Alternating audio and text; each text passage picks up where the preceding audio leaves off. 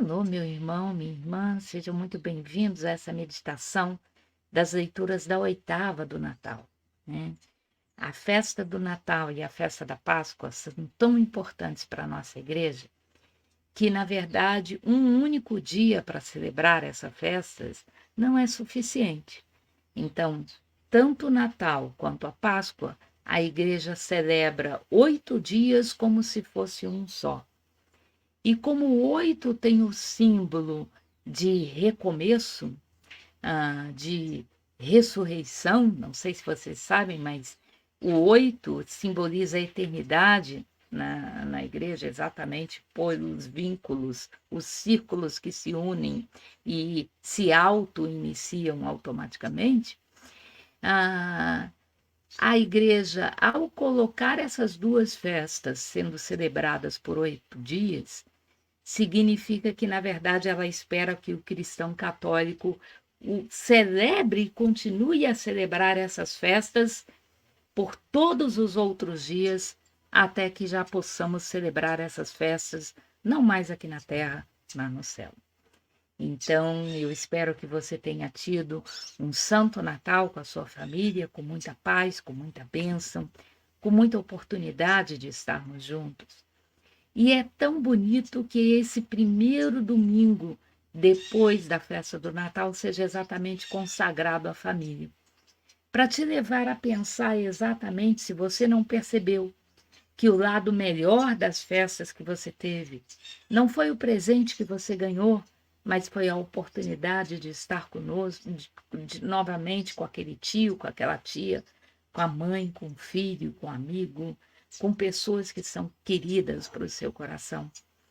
Temos que aprender a ser família nessa terra, meus irmãos, porque a nossa vocação é sermos uma família no céu.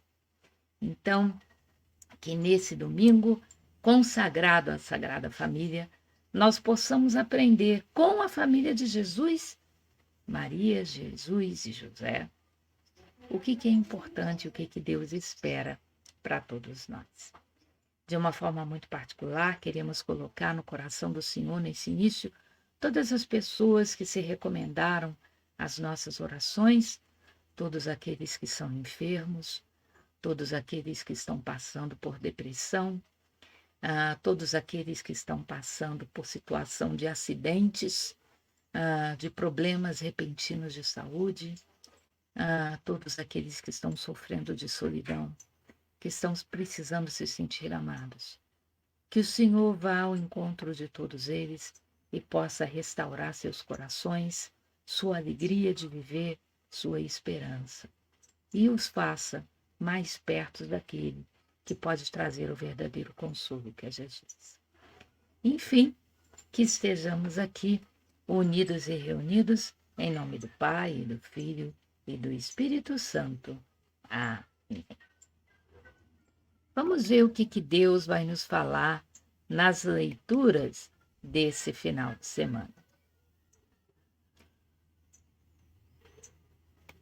Ok. A primeira leitura é tirada do livro do Eclesiástico e é um verdadeiro manual de vida em família que Deus nos dá. Deus honra o pai nos filhos e confirma sobre eles a autoridade da mãe. Quem honra o seu pai alcança o perdão dos pecados, evita cometê-los e será ouvido na oração cotidiana. Quem respeita sua mãe é como alguém que ajunta tesouros. Quem honra o seu pai terá alegria com seus próprios filhos, e no dia em que orar, será atendido. Quem respeita o seu pai terá vida longa, e quem obedece ao pai é o consolo da mãe. Meu filho, ampara o teu pai na velhice, e não lhe causes desgosto enquanto ele vive. Mesmo que ele esteja perdendo a lucidez, procura ser compreensivo para com ele, não o humilhes em nenhum dos dias de sua vida. A caridade feita a teu pai não será esquecida, mas servirá para reparar os teus pecados. E na justiça será para a tua edificação. Essas são para nós palavras do Senhor. A gente já podia depreender isso do 4º mandamento, honra teu pai e tua mãe, mas aqui no livro do Eclesiástico, Deus está dando muito detalhes sobre o que é honrar pai e mãe. Em primeiro lugar, ele começa dizendo que Deus honra o pai nos filhos. Ou seja, você, filho, é um presente que Deus deu para o seu pai. Ele, para honrar o seu pai, deu você como filho dele. Isso significa que Deus viu bem e viu favor no seu pai. E porque Deus viu bem e viu favor no seu pai, ele fez de você um presente na vida do seu pai. Então você nunca pode dizer meu pai não tem bem nenhum. Porque Deus viu tanta bondade, tanto potencial no seu pai, que achou que o teu pai merecia ser seu pai. E você merecia ser filho do seu pai. Você não seria a pessoa que você é se qualquer outra pessoa no mundo fosse seu pai ou sua mãe. Então, na verdade, nós só somos quem somos porque o nosso pai foi o nosso pai e a nossa mãe foi a nossa mãe. Ora, mesmo irmãos são pessoas diferentes uns dos outros quando têm o mesmo pai e a mesma mãe. Mas qualquer outra pessoa se unindo a seu pai ou a sua mãe teria dado origem a uma pessoa completamente diferente da pessoa que você é. Então, em primeiro lugar, a fonte da sua vida é a genealogia do seu pai e da sua mãe. Não pergunte para Deus por quê, mas para quê? Ah, mas meu pai era um bêbado, meu pai era agressivo, meu pai era... Nós muitas vezes, e principalmente quando a gente é criança, a gente acredita que os nossos pais, de alguma forma, são os nossos servidores. Eles existem para nos dar comida, eles existem para nos fazer favores, eles existem para nos pagar as escolas, para nos dar roupa nova, para nos comprar o carro, para nos ajudar no emprego. Os pais existem para nos beneficiar. Mas você já parou para pensar que, na verdade, de repente, o seu pai e a sua mãe precisam mais de você do que você deles?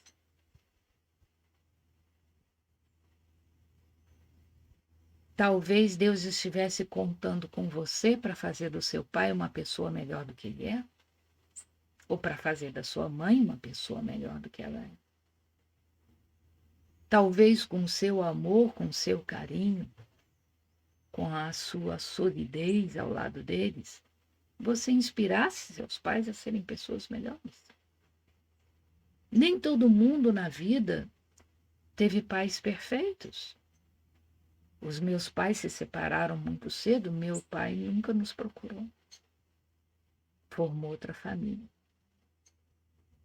Mas como eu sou grata a Deus pela vida do meu pai, e todos os dias, quando eu rezo o meu rosário e rezo pela minha mãe, que foi gigante na minha vida, eu também rezo pelo meu pai. Porque, de alguma forma, ao cruzar o caminho dele com o da minha mãe, Deus teve a oportunidade de me criar. E o dom da minha vida não seria o dom da minha vida se não tivesse havido a união do meu pai com minha mãe. Seria a vida de uma outra pessoa qualquer. Então o Eclesiástico diz: quem honra o seu pai alcança o perdão dos pecados. Olha que lindo isso, gente. Deus não está dizendo, vai paparicar o teu pai que te batia ou que chegava bêbado em casa e batia na sua mãe. Mas ele diz, você tem a obrigação de honrar esse teu pai, independente de quem ele for. Mesmo que ele seja um bandido preso em Bangu 2, honra o teu pai. E o que é a palavra honrar? É respeitar. É colocá-lo no lugar de respeito que ele merece. No lugar especial na sua vida, que você, por mais mágoas que tenha dele, você não pode apagar. E se você é uma daquelas pessoas felizes que teve pais e mães maravilhosos, agradeça a Deus por isso também. Porque você teve a oportunidade de ser pai e mãe melhor ainda para os seus filhos, a partir do exemplo dos seus pais. Se você não teve esse pai e mãe maravilhoso, agradeça a Deus por isso também. Porque ao saber o que te faltou, você sabe bem o que não pode deixar faltar na vida dos filhos que Deus um dia vier te apresentar. Mas o que eu acho lindo aqui nessa passagem é a honra, ou seja, o respeito ao seu pai e à sua mãe, alcança o perdão dos seus pecados. Porque se você não é capaz de tratar com respeito quem Deus te usou para dar a vida, como Deus pode esperar que você seja capaz de honrar e respeitar as outras ovelhas, as outras pessoas que Ele colocar na história da sua vida ao longo da sua vida? Então, evite cometer pecados contra seu pai, contra sua mãe. Se você evitar esses pecados, você será ouvido nas suas orações cotidianas. Veja a promessa que Deus está te dizendo aqui. Honrar pai e mãe não só apaga os seus pecados, mas faz com que aquilo que você coloca como intenção aos pés de Deus tenha um poder maior de ser ouvido. Por quê? Porque você, ao honrar pai e mãe, está sendo obediente à vontade de Deus. E ele leva isso em consideração. Pai e mãe é tão importante para Deus, a primeira igreja doméstica, que Deus não quis fazer do seu filho vindo ao mundo uma criança órfã. Ele colocou Jesus no meio de uma família. E ele colocou José e colocou Maria. Você não ouve falar muito de José ou de Maria na Bíblia, mas eles são honrados no céu, são honrados na igreja, porque eles eram honrados por Deus, porque eles contribuíram para que o plano de amor de Deus para a humanidade pudesse se cumprir. Quem respeita sua mãe é como ajunta tesouros. Quem honra seu pai terá alegria em seus próprios filhos, e no dia que orar, ele será atendido. Quem respeita o seu pai terá vida longa. Quem obedece ao pai é o consolo da mãe, porque nada faz sofrer mais um coração de mãe do que ver dentro de casa um pai brigando o tempo inteiro com o filho rebelde contra o pai. Quando o filho respeita o seu pai, não está dizendo ser vaquinha de presépio para o seu pai, mas é mesmo na discordância ser capaz de respeitar, de dialogar, de não agredir, de não humilhar, de não colocar de lado. E aí o Eclesiástico é ainda mais claro, dizendo: meu filho, ampara teu pai na velhice e não lhe cause desgosto enquanto ele vive. Porque o maior sonho de um pai e de uma mãe é sempre ver o filho feliz. Então seja feliz, porque você vai estar fazendo seu pai e sua mãe feliz. Não seja feliz de uma forma irresponsável, daquilo que te dá na cabeça, que te dá 5 minutos de prazer e depois te dá uma vida inteira de arrependimento daquilo que você fez. Mas se você procura a felicidade que é fruto da sabedoria de Deus, de fazer o que é certo, o que é bom, o que é agradável a Deus, você terá uma alegria que não tem nesse mundo, que o mundo não pode roubar. E ao mesmo tempo, já vai estar fazendo seu pai e sua mãe feliz. Mesmo que esse pai esteja perdendo a lucidez, procura ser compreensivo com ele e não o humilhes em nenhum dos dias de sua vida. A caridade feita a teu pai não será esquecida, mas servirá para reparar os teus pecados, e na justiça será para a tua edificação. Ou seja, em outras palavras, quem honra pai e mãe tem menos tempo de purgatório. É uma boa pista, né? Honrar pai e mãe não significa aplaudir se eles estão fazendo coisas erradas, se eles são violentos, se eles são irresponsáveis, mas não use o que eles fazem como desculpa para tratá-los mal. Respeite, reze por eles, deseje o bem deles. Isso é honrar. Isso é cumprir o 4º mandamento da lei de Deus. E é o segredo para uma família feliz. Como foi a família de Nazaré? Felizes os que temem o Senhor e trilham os seus caminhos. Feliz és tu se temes o Senhor e trilhas os seus caminhos. Do trabalho de tuas mãos há de viver. Serás feliz, tudo irá bem. A tua esposa é uma videira bem fecunda no coração de tua casa. Os teus filhos são rebentos de oliveira ao redor de tua mesa. Será assim abençoado todo homem que teme o Senhor. O Senhor te abençoe de Sião cada dia de tua vida. Que na nossa família aprendamos a ter o respeito pelas coisas de Deus, o temor do Senhor. Seremos felizes, nós e nossa casa.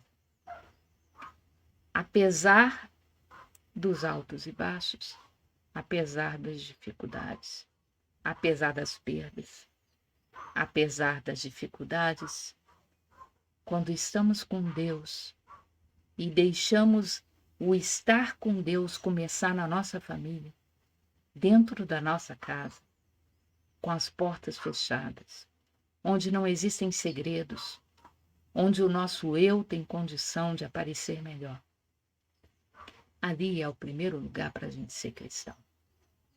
E aqueles que nos deram a vida são os primeiros para quem Deus espera que a gente exerça o cristianismo.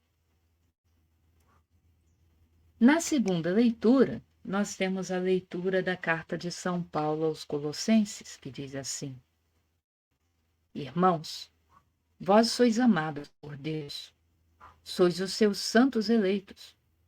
Por isso, revesti-vos de sincera misericórdia, bondade, humildade, mansidão e paciência, suportando-vos uns aos outros e perdoando-vos mutuamente, se um tiver queixa contra o outro. Como o Senhor vos perdoou, assim perdoai vós também. Mas, sobretudo, amai-vos uns aos outros, pois o amor é o vínculo da perfeição. Que a paz de Cristo reine em vossos corações, a qual fostes chamados como membros de um só corpo. E sede agradecidos. Que a palavra de Cristo, com toda a sua riqueza, habite em vós. Ensinai e admoestai-vos uns aos outros com toda sabedoria. Do fundo dos vossos corações cantai a Deus salmos, hinos e cânticos espirituais em ação de graça. Tudo o que fizerdes em palavras ou obras, seja feito em nome do Senhor Jesus Cristo. Por meio dele, dai graças a Deus, o Pai. Esposas, sede solícitas para com vossos maridos, como convém no Senhor. Maridos, amai vossas esposas e não sejais grosseiros com elas. Filhos, obedecei em tudo aos vossos pais, pois isso é bom e correto no Senhor. Pais, não intimideis os vossos filhos, para que eles não desanimem. Essas são palavras do Senhor. Tão linda essa leitura de Colossenses, porque São Paulo nos dá aqui a verdadeira receita de ser um bom cristão. Então, ele diz: irmãos, vós sois amados por Deus, sois os seus santos e eleitos. Se sois amados por Deus, então hajam como alguém que recebe o amor de Deus. O que é isso? É, em primeiro lugar, se revestir de misericórdia. O que é a misericórdia? A misericórdia é colocar o seu coração no lugar do coração do outro. É fazer o bem para o outro, não para se livrar dele, para ele parar de te pedir alguma coisa, mas misericordioso é aquele que faz o bem para o outro porque entende que o outro precisa. E se você fosse aquele no lugar do outro, você gostaria que alguém te fizesse alguma coisa. Então, ser misericordioso é fazer para o outro aquilo que você gostaria que o outro te fizesse, se você estivesse no lugar do outro e ele no seu lugar. Isso é misericórdia, que vem de miserável de coração. É quando você coloca-se no lugar do outro, entende o sofrimento dele e quer ajudar a aliviar.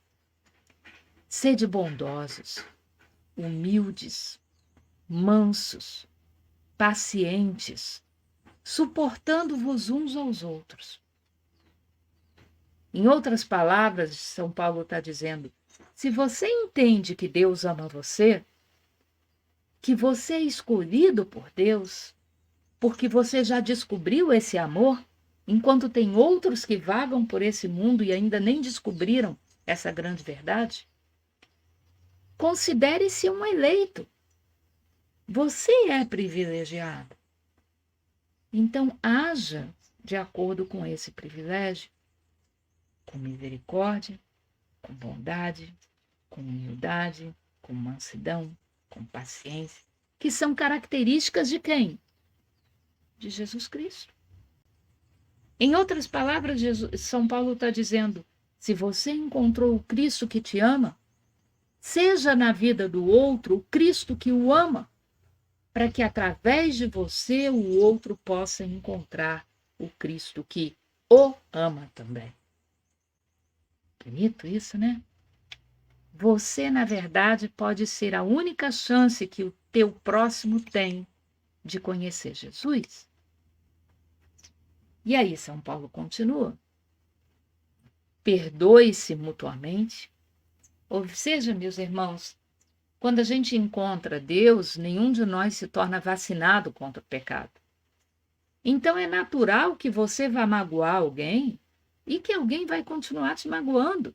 O fato de você ter se tornado cristão não te faz isento de magoar o outro ou de ser magoado por ele. E por isso o perdão é tão importante.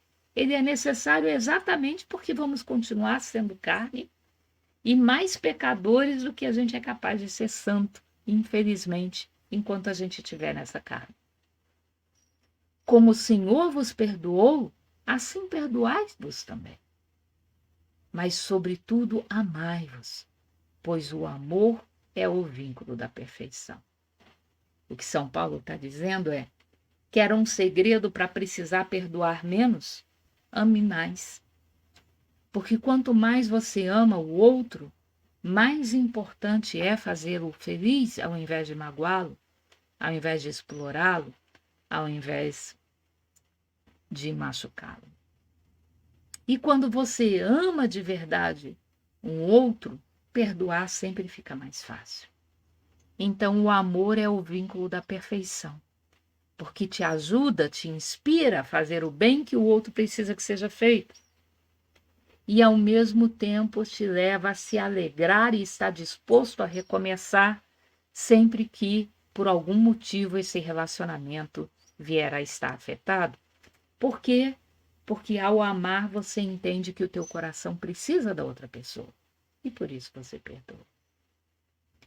Que a paz de Cristo reine em vossos corações, a qual fostes chamados como membros de um só corpo.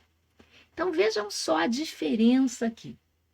São Paulo até agora estava falando do comportamento que individualmente cada um de nós como cristão tem que ter. Se somos amados por Deus, vamos amar, vamos ser pacientes, vamos ser misericordiosos, vamos ser bondosos, vamos ser humildes, vamos nos perdoar mutuamente, vamos nos amar mutuamente. Mas agora São Paulo começa a falar de uma outra consequência de ser cristão, que é ser igreja. Então, que a paz de Cristo reine em vossos corações, a qual foste chamado como membros de um só corpo. E sede agradecidos, porque ser igreja é uma bênção de Deus. É muito difícil você viver o cristianismo ao lado de uma outra pessoa. Verdade. Porque essa pessoa te decepciona, ela te magoa, ela é indiferente a você, ela te irrita, ela tem gostos diferentes, ela tem preferências diferentes. Então você tem que estar sempre contemporizando, cedendo ou dialogando, negociando, chegando a acordo com uma outra pessoa. Mas eu te digo, nós precisamos do outro para vivermos o cristianismo. Porque é mais difícil ainda você viver o cristianismo no isolamento, na solidão. Porque você não tem a oportunidade de testar até que ponto você é comprometido com os valores cristãos, a não ser que você tenha alguém caminhando ao seu lado. Então, ao invés de reclamar daquelas pessoas que Deus coloca na sua vida, o que São Paulo está dizendo aqui é sede agradecidos. Porque cada uma delas é um caminho para você aprender a ser um cristão melhor. O jeito de ser, a preferência do outro, podem até te irritar, mas te ajudam a ser mais tolerante, mais compreensível, a aprender que não pode ser sempre a sua vontade, que você às vezes tem que ceder para os outros. Então é quando a gente é igreja que a gente aprende verdadeiramente a viver o cristianismo. Que a palavra de Cristo, com toda a sua riqueza, habite em vós, ou seja, não reaja, haja. Conheça o Senhor seu Deus, que a palavra dele seja presente na sua vida de igreja, porque assim tanto você quanto o irmão que te irrita saberão como agir um com o outro a partir do ensinamento de Jesus Cristo, que está no meio de nós. Ensinai e admoestai-vos uns aos outros com toda a sabedoria. Ou seja, ensine o outro a ser um cristão melhor, mas também corrija o outro com sabedoria quando isso for necessário. Mas faça isso não por implicância, não por autoritarismo, mas por amor. Quando o outro percebe que está sendo corrigido porque você se importa com ele, eles têm menos chance de se sentir magoado com a sua correção do que quando ele acha que você está simplesmente querendo mandar nele porque você quer ser o chefe. Do fundo dos vossos corações cantai a Deus salmos, hinos e cânticos espirituais em ação de graças. Ou seja, faça do estar juntos em igreja, em comunidade, momentos de louvor a Deus, momentos de alegria, momentos de agradecimento, momentos de tirar os pés da terra e elevar os corações para o céu, juntos. todos crescem, todos se sentem melhor, né, com isso. Tudo o que fizerdes em palavras ou obras, seja feito em nome do Senhor Jesus Cristo. Ou seja, não tente fazer a sua vontade, mas em primeiro lugar pergunte, como Maria, como São Paulo, Senhor, o que queres que eu faça? Então faça aquilo que o Senhor deseja que seja feito e não aquilo que da tua cabeça você acha que é o melhor. Por meio dele, Jesus, dai graças a Deus Pai. Então nós vimos São Paulo começar com o exercício do cristianismo individual. Ele passa a falar do exercício do cristianismo enquanto igreja, e agora ele vai subir mais um nível. A primeira forma de ser igreja é sempre dentro de casa. A primeira igreja é sempre a família. É onde a gente não usa máscaras. É onde a gente tem mais chance de ter brigas. Por quê? Porque ao invés de reconhecer que o outro vê a minha fraqueza e me sentir envergonhado de ser pecador, eu parto para a agressão antes que o outro aponte os meus erros primeiro. Então, na família, os ânimos são sempre mais exacerbados. A arrogância, a raiva, a impaciência, a indiferença, muitas vezes são usadas como arma de autoproteção. Deixa eu atacar antes de eu ser atacado. Deixa eu apontar o dedo antes que apontem para mim. E é por isso que o diabo tem tanto prazer quando ele vai atacar exatamente a família. Porque desmoronando dentro de casa o sentimento cristão, a pessoa passa até a ter vergonha de ir na igreja ser cristão na comunidade ou na solidão do seu quarto. Por quê? Porque ele já sabe que não viveu ali nem a humildade, nem a caridade, nem a misericórdia, nem a paciência, nem o perdão que seria esperado de um cristão. Então, vamos fazer um exercício de dentro das nossas casas, fazermos com que a nossa igreja doméstica seja o primeiro lugar onde a gente se preocupa em viver a palavra viva de Cristo. Então, São Paulo dá alguns conselhos muito concretos. Esposas, sede solícitas para com vossos maridos, como convém ao Senhor. Ou seja, solícita. Não seja demais, não, porque alguns exageram como Eduardinho lá em casa. Né? Mas, de brincadeiras à parte, sede solícita, solícita é estar preocupado se tudo está bem para ele, se tudo está certo para ele. Isso pode ser feito nas pequenas coisas do dia a dia, em se preocupar para ver se o Nescafé que o seu marido gosta está sempre lá no armário, em se preocupar, por exemplo, que o lugar onde ele gosta de sentar para ler o jornal está sempre disponível e limpinho para ele.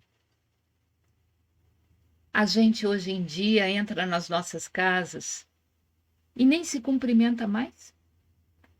Não vai nem dizer cheguei, oi, bom dia, boa noite, como foi seu dia? Foi tudo bem? Como é que você está? Hoje a gente trata melhor um estranho que chega na nossa casa do que a gente trata o marido, o filho, o irmão, o pai, a mãe. Esquisito isso, né?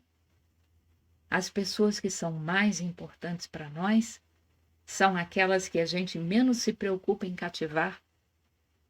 Acho que a gente está precisando ler O Pequeno Príncipe.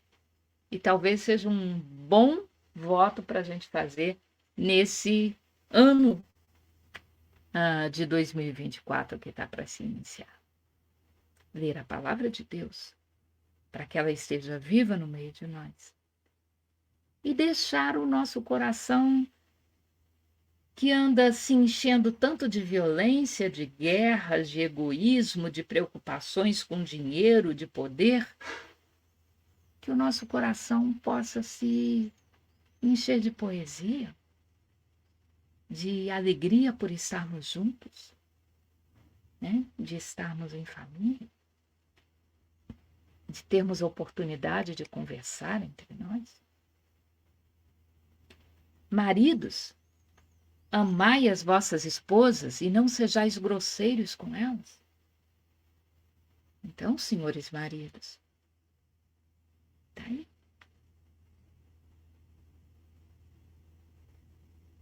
Uma palavra de carinho, um gesto de carinho. Não no momento apenas que você precisa de alguma coisa, mas fazer disso um hábito. O padre Mauro Brandão, que foi da nossa paróquia para nossa bênção durante alguns anos, sempre que ele celebrava um casamento, e eu tive o privilégio de assisti-lo como ministra em alguns deles, ele sempre falava para o noivo que estava se casando: a verdadeira alegria da vida de um homem não é seduzir uma mulher diferente a cada dia, mas conquistar todos os dias o coração da mesma mulher. Então, maridos, amai as vossas esposas. Filhos, obedecei em tudo aos vossos pais, pois isso é bom e correto no Senhor. Porque a esses pais foi dado a missão de proteger as suas vidas, como foi dada a missão a José e Maria de proteger Jesus até que ele pudesse caminhar sozinho.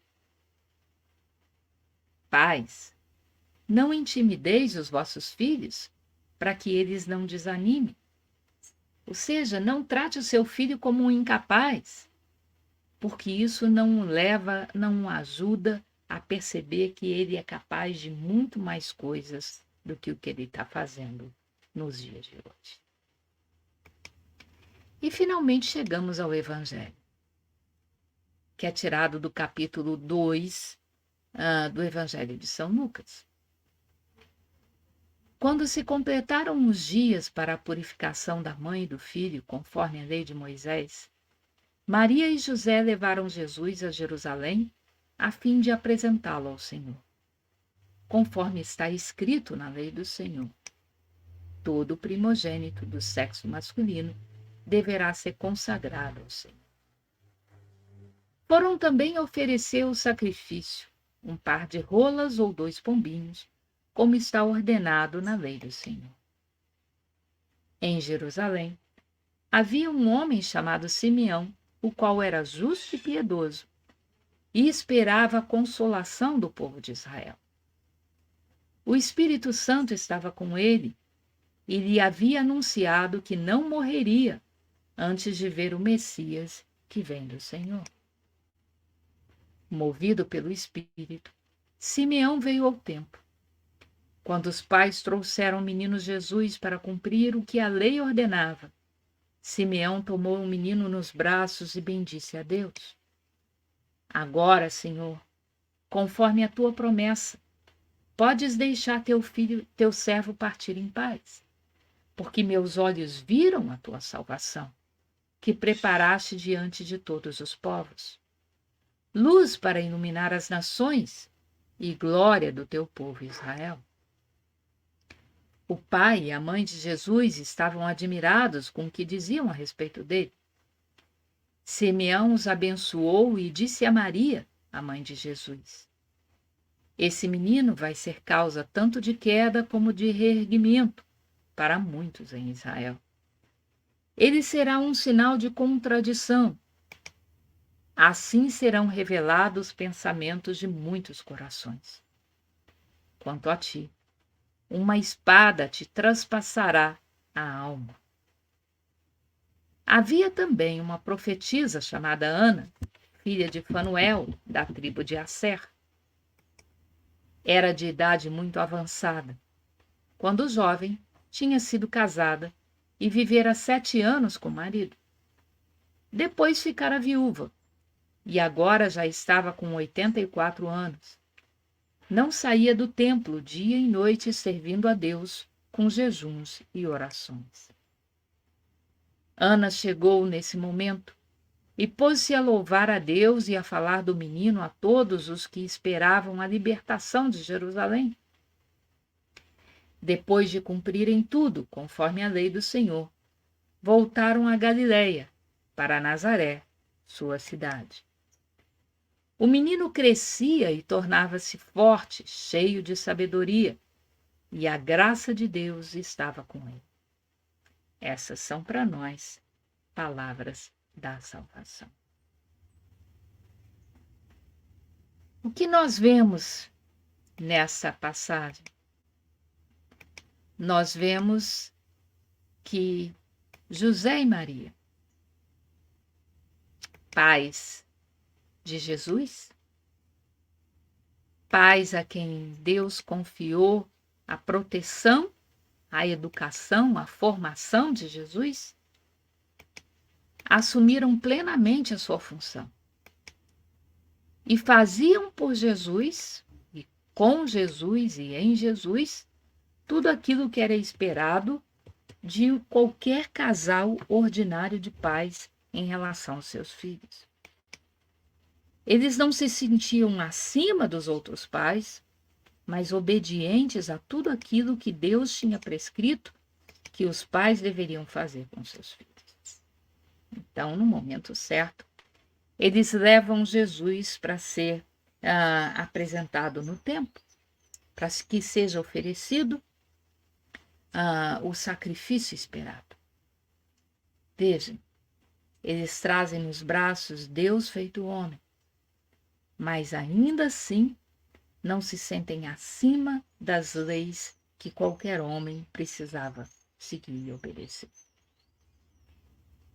Quando eles chegam no templo, Deus havia revelado a Simeão, um servo justo e piedoso, que ele não haveria de morrer sem ver a salvação. Quando Simeão encontra Jesus no templo, ele se volta para Deus e dá louvores a Deus e agradece o privilégio de ter visto o menino Jesus. Vejam, gente, os reis magos anunciaram que a estrela de Belém tinha brilhado. Os pastores receberam a comunicação dos anjos. Jesus foi apresentado no templo e publicamente Simeão aponta Jesus como Messias. Ana confirma esse reconhecimento e dá testemunho para todos que o Messias já havia nascido. Deus já estava no meio de nós. E, no entanto, 30 anos vão se passar antes que esse povo comece a perceber essa grande verdade. Quantos de nós não vivem uma vida com Deus no meio deles, na pessoa do seu marido, do seu filho, do seu primo, do seu sobrinho, do seu pai, da sua mãe, que na verdade é uma forma que Deus encontrou de se fazer presente na sua vida. E a gente se faz cego e a gente se faz surdo. Esse teu filho, esse teu marido, esse teu pai, essa tua mãe, esse teu irmão que te irrita, esse teu primo, esse teu cunhado que te dá vontade de torcer o pescoço dele, é filho de Deus. É imagem e semelhança de Deus no mundo. Nele existe a presença de Deus. Ao invés de olhar para essa pessoa da sua família procurando os defeitos, comece a tentar olhar o que aquela pessoa tem que traz bem para o seu coração. Não para aquilo que te irrita, mas aquela pessoa... Lembra de quando aquela pessoa cuidava de você quando era criança? Do jeito que um dia ela te acolheu, de um conselho bom que ela te deu, de um sorriso que ela te deu num momento difícil, de um conselho, de uma ajuda. tenta se lembrar do que é bom, mas a gente tem sempre a mania de, principalmente em relação às pessoas da família, sempre nos lembrarmos do que é ruim. Então, vamos tentar fazer um exercício diferente. Viver família dentro de casa, porque às vezes é mais fácil ser família com quem vive do lado de fora do que com quem vive com a gente. Mas nós sabemos que nessa passagem nem tudo foram flores. José e Maria foram bem instruídos por Simeão de que a vida de pais dele não seria uma vida fácil. Aquela criança não veio para balançar a cabeça para um lado e para o outro para fazer de conta que tudo estava bem. Mas ela veio apresentar a verdade. A verdade reergue aqueles que são justos, mas a verdade incomoda aqueles que não são. E como ele não ajustaria a verdade para se adaptar aos pontos de vista dos outros, certamente aquele menino traria muita contradição. E o resultado disso é que Maria, como mãe, teria uma espada traspassando o seu coração. Era para José e Maria terem desistido ali, né? Mas eles não desistiram. Eles foram família de Deus. E hoje são honrados como famílias por todos nós. Maria, nossa mãezinha, mãe de Deus, mãe dos homens, mãe da igreja, rainha no céu e na terra, arca da aliança no meio de nós. São José, nosso pai, exemplo e modelo de um servo silencioso, de um servo humilde, mas de uma fortaleza, de uma coragem. Então, mães, se perguntem se vocês estão sabendo seguir o modelo de Maria na relação com seus filhos e com seu marido. Pais, maridos, se perguntem se vocês estão seguindo o modelo e o exemplo de São José na relação com as suas esposas e com seus filhos. Filhos, se perguntem se vocês estão seguindo o modelo de Jesus na relação com seus pais, mãe, pai, irmãos, primos, tios, avós. Como Jesus teria agido no seu lugar. Vamos construir a família, a igreja doméstica. Vamos aprender a sermos cristãos dentro de casa, e não só nas paróquias. Essa é, a nosso respeito, a vontade de Deus. Que o Senhor nos abençoe e nos guarde, que Ele volte para nós o seu rosto, se compadeça de nós, que Ele nos mostre a sua face e nos dê a sua paz. É o que pedimos todos nós.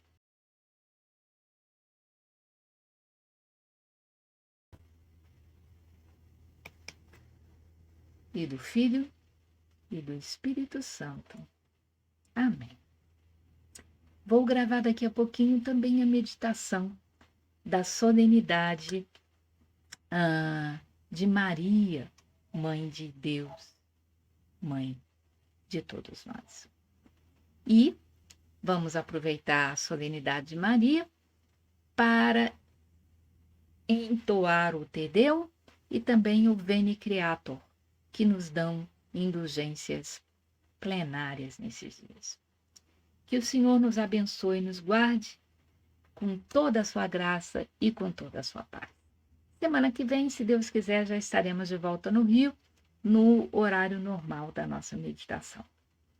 E novidade. Edu e eu estamos aqui no norte de Minas, bem norte de Minas mesmo, e vimos ouvindo um livro belíssimo sobre Nossa Senhora, de um grande teólogo, e resolvemos que é uma coisa tão bela, que nós resolvemos pregar um retiro sobre esse livro. Então, aguarde maio, vamos convocar um retiro do Lumen Christi, da Turma do Pecado, de todo mundo que quiser participar, um retiro de formação, é um livro de teologia, não é um livro de devoção, para quem quiser aprender a argumentar, a defender os dogmas sobre Nossa Senhora. A virgindade, a intercessão, o fato dela ser mãe de Deus e mãe dos homens, e por aí vai. Ok? Fiquem com Deus. Deus os abençoe. Tenham um grande final de semana. Vou postar já já a meditação da leitura de domingo à noite, que é dia 31, e dia 1º, que já será a solenidade de Nossa Senhora, Mãe de Deus. Fiquem com Deus.